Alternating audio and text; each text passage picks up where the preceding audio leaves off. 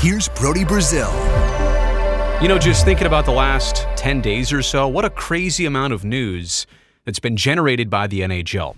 Not just a Stanley Cup decided in Game 7, but then you had the Fanatics jerseys come out for the upcoming season. The NHL awards and the draft were both in Las Vegas. Then free agency opened up on July 1st. And then today, here on the 2nd of July, the schedule for next season and all 32 teams has now been made public. Not going to lie, I may have known a few dates and teams and opponents. The schedule gets worked on for months. It gets passed around internally. But now today, released externally for the public and a final version of it for 2024-25. Can we pause on that for a second? 2025? We're almost at the halfway point of this decade? Where is the time going?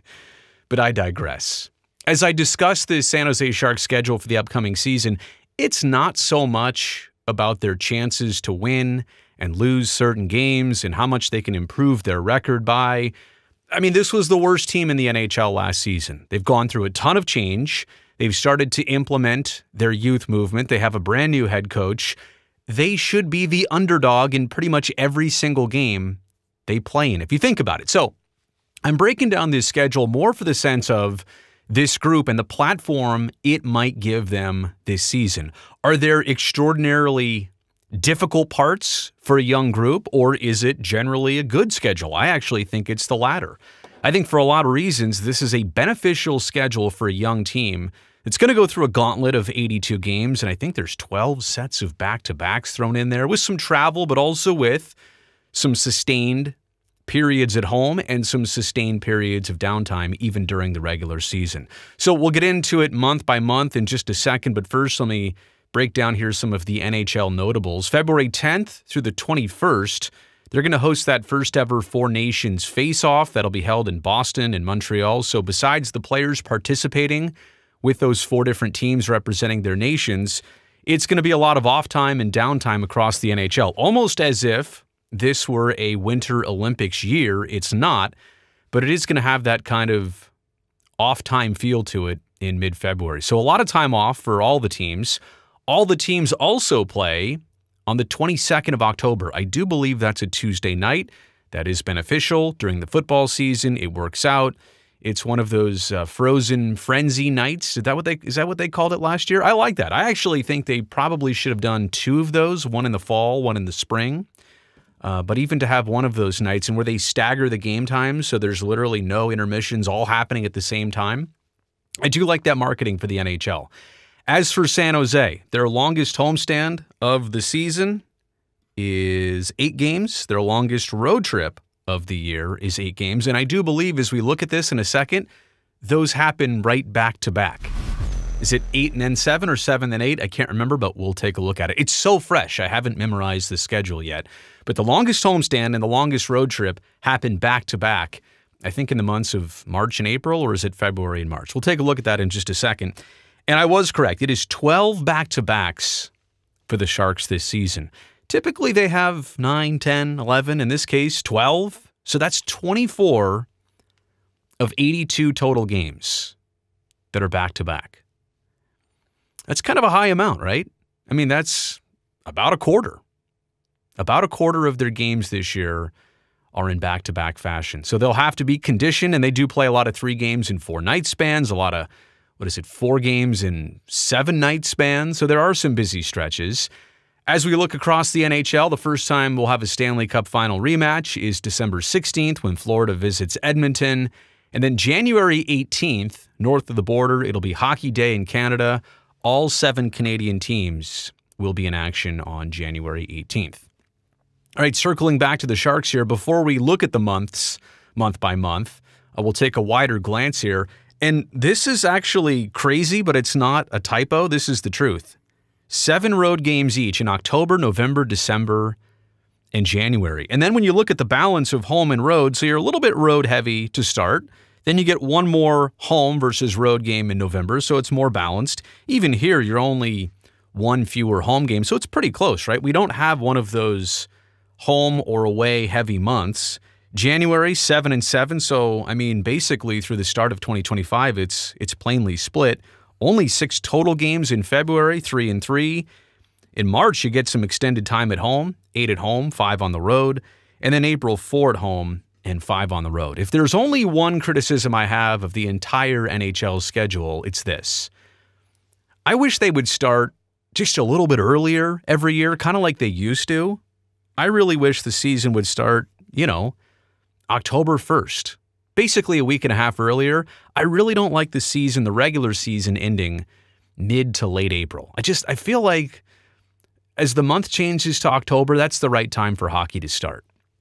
And aside from what basketball does, I just feel like it's right to get the season started a little earlier so it can be completed just a little bit earlier. This year, it went as long as possible.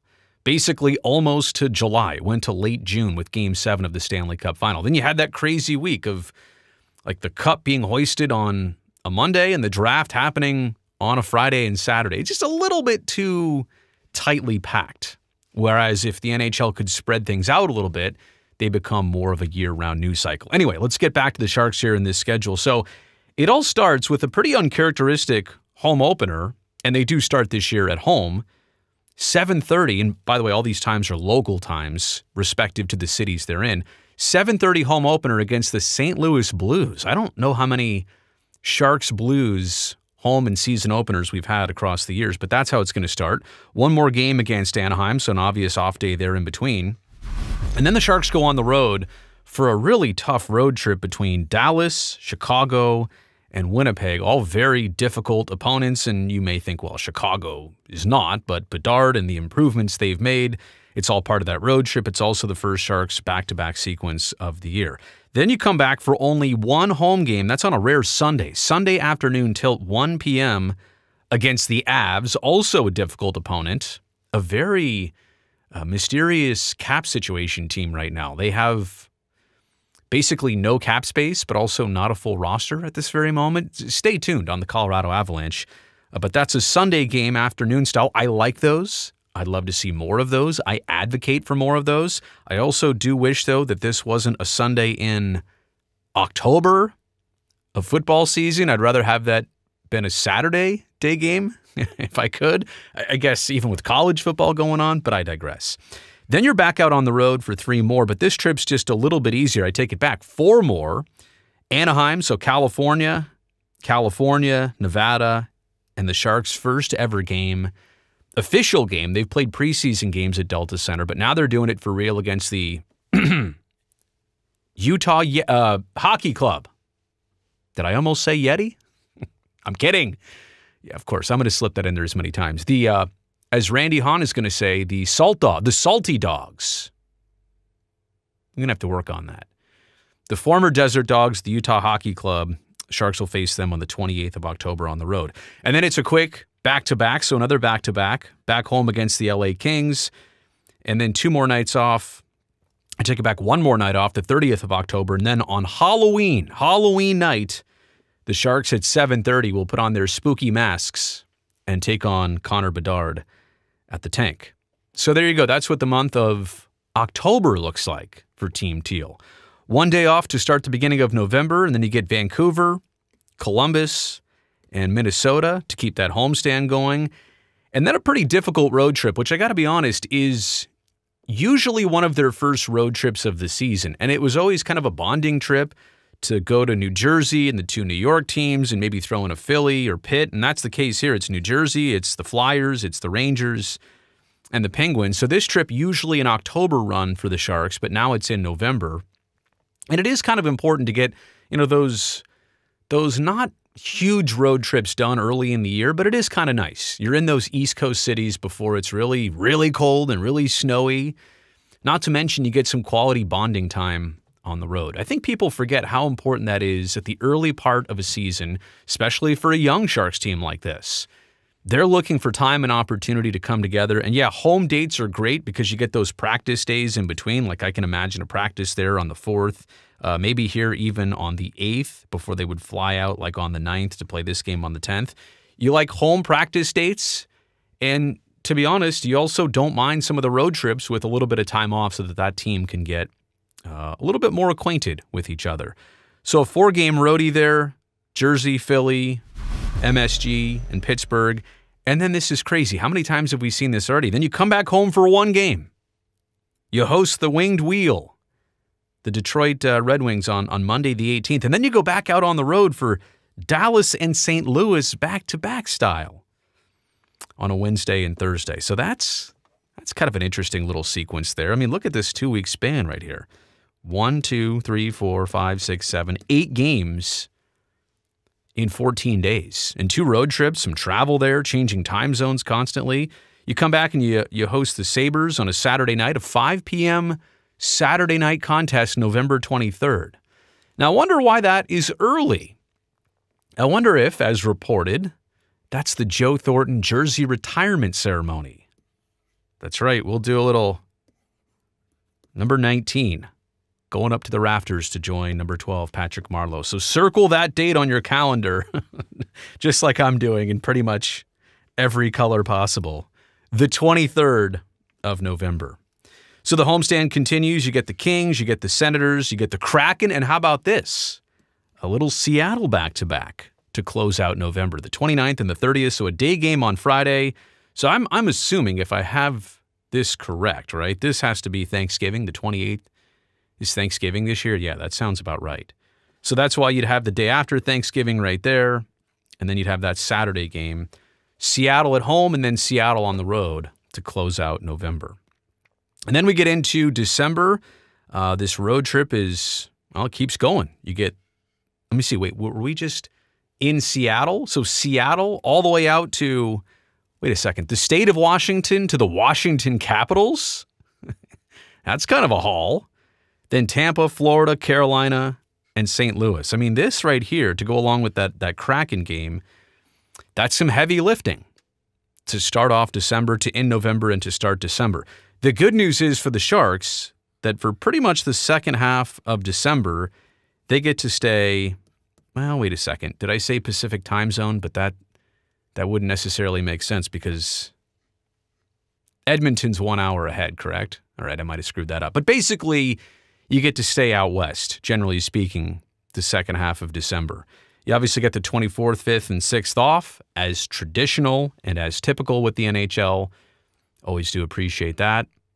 And then the Sharks play the Flyers, 5 o'clock at home. Now, usually, in all the years I've done these games, especially the last, obviously, 15, it's usually a road game somewhere out west for the Sharks, and it does start at 5 o'clock Pacific, and they are done by 7:30, 8, something like that. It's great. You get to go to a hockey game on New Year's Eve. You weren't going to do anything before 9 p.m. anyway, like well after the game is over and the post game is over. So you're kind of set up for New Year's Eve no matter what. But it's just typically that this is a road game for the Sharks. And this year, like I said, for the first time in a long time, San Jose will be hosting a game at the Tank on New Year's Eve. And again, I want to throw this in there, but there's another back-to-back. Vegas and Calgary back-to-back. Coming off the, I mean, think about this, right? Players shut it down for the 24th, 5th, and 6th for the Christmas holiday break. And then right back at it, Vegas and Calgary back-to-back. Granted, it is at home, but man, those are two heavy opponents coming off a little break. All right, then you get the homestand continuing here into 2025. Tampa comes in, the Devils come in. Now, there's a game I like. Saturday, January, 1 p.m. You know why? Because my 7-year-old, he'll be 7 by then. I'm circling that on Brazil's calendar. I'm going to see if we can make sure that I'll be working it at the Tank. I don't get any say in that, by the way. That's a great one to take my son to. That's fantastic. Then you get Vegas. I feel like we're seeing Vegas a lot here in the last couple months, November, December, and January. Vegas at home at 7:30.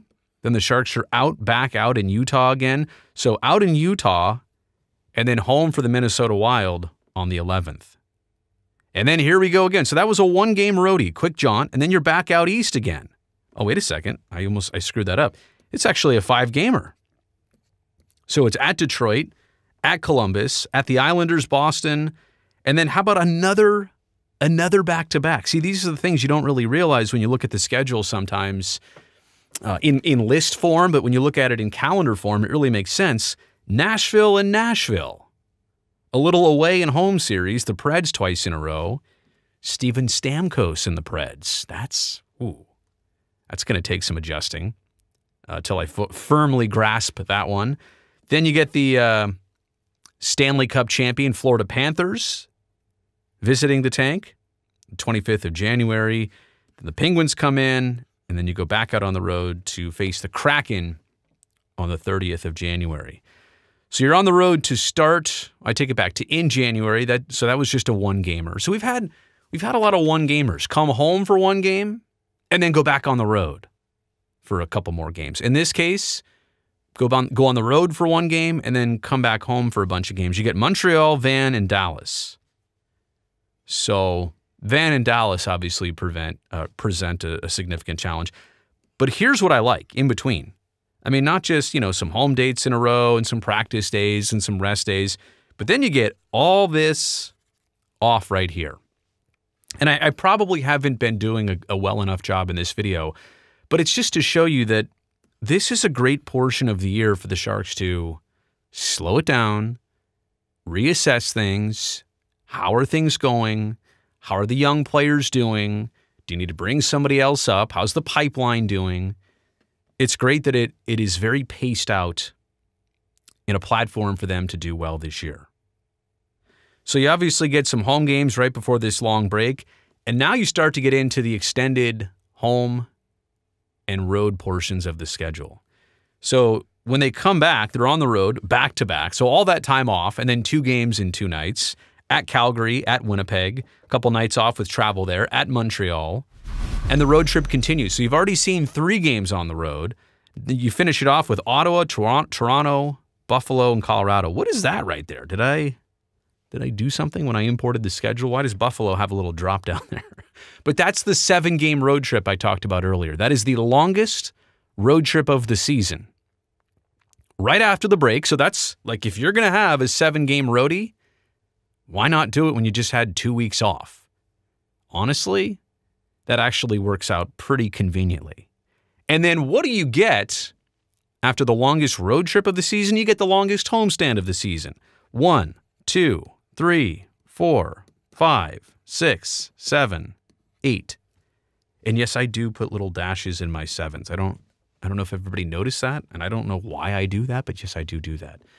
So 8 games in a row, and you talk about those practice days and that time to refine your game and figure things out. Wow, that's a lot of time right there. So that's great. The month of March, you're almost at the end of the season, but it's a breather, right? And especially for young kids who have never played 82 games in a season in their lives or their careers yet.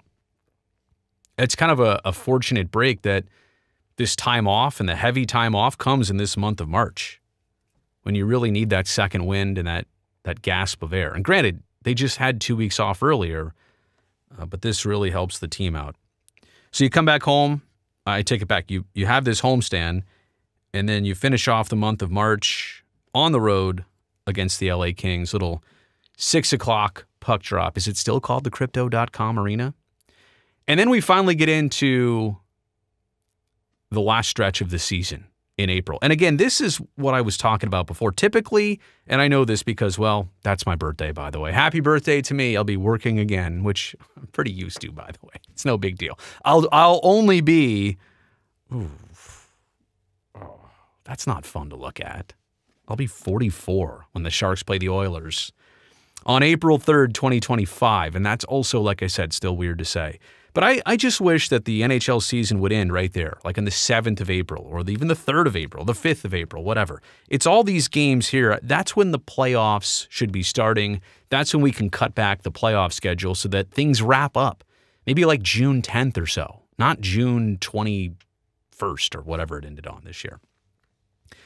So April looks like this. It's kind of, busy every other day. You get a Tuesday, a Thursday, a Saturday, then a Monday, and a Wednesday, and a Friday, and then a Sunday, Monday. There's one more back-to-back because, we just didn't have enough of those.